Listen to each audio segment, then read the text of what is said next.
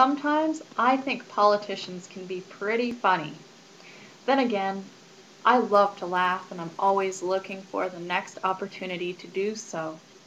So I'm going to tell you this story about a politician. This happened about 2 years ago.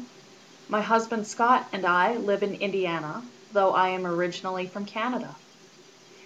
We took a trip up to Michigan, that was 2 years ago, to visit with a friend, and we all ended up going out for dinner. While we were waiting in the very busy waiting area to a restaurant, a politician came in the door. It turned out he was campaigning for an upcoming election.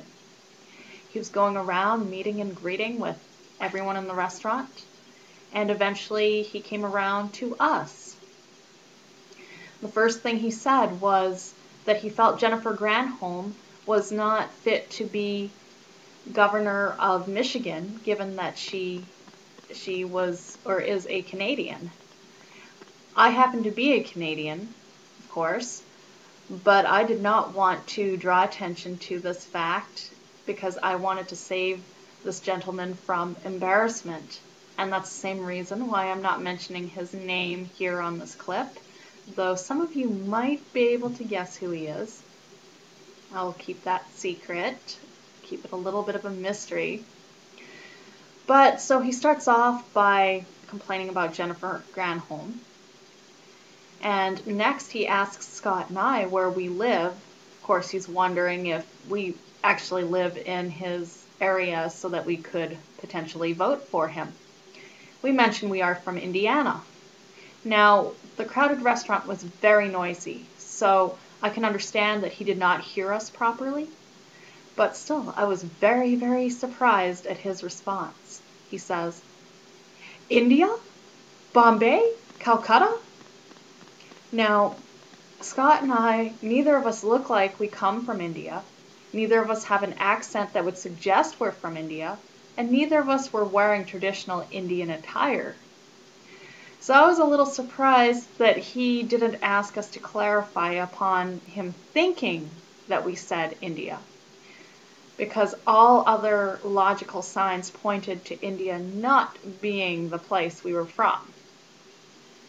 So we continue talking, and it turns out that he finds out that I'm Canadian. That came out in the course of conversation. And when I mentioned this fact, I could see the wheels in his head turning and his jaw dropped.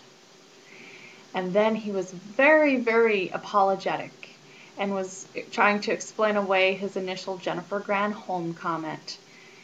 He went on and said, "I don't have anything against Canadians in particular. It's just that Jennifer Granholm isn't grounded, or she doesn't have her roots set in Michigan.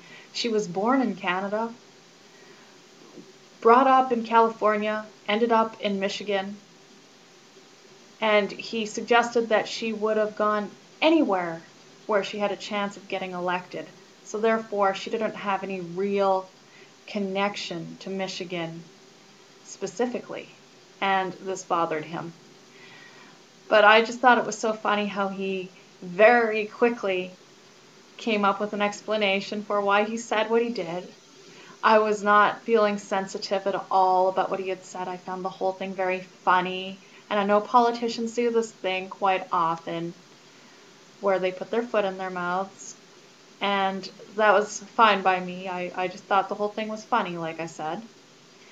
But I am sure that he was very, very, very relieved and happy to know that neither Scott nor I would be voting for his opponent, given the fact that we both live in Indiana.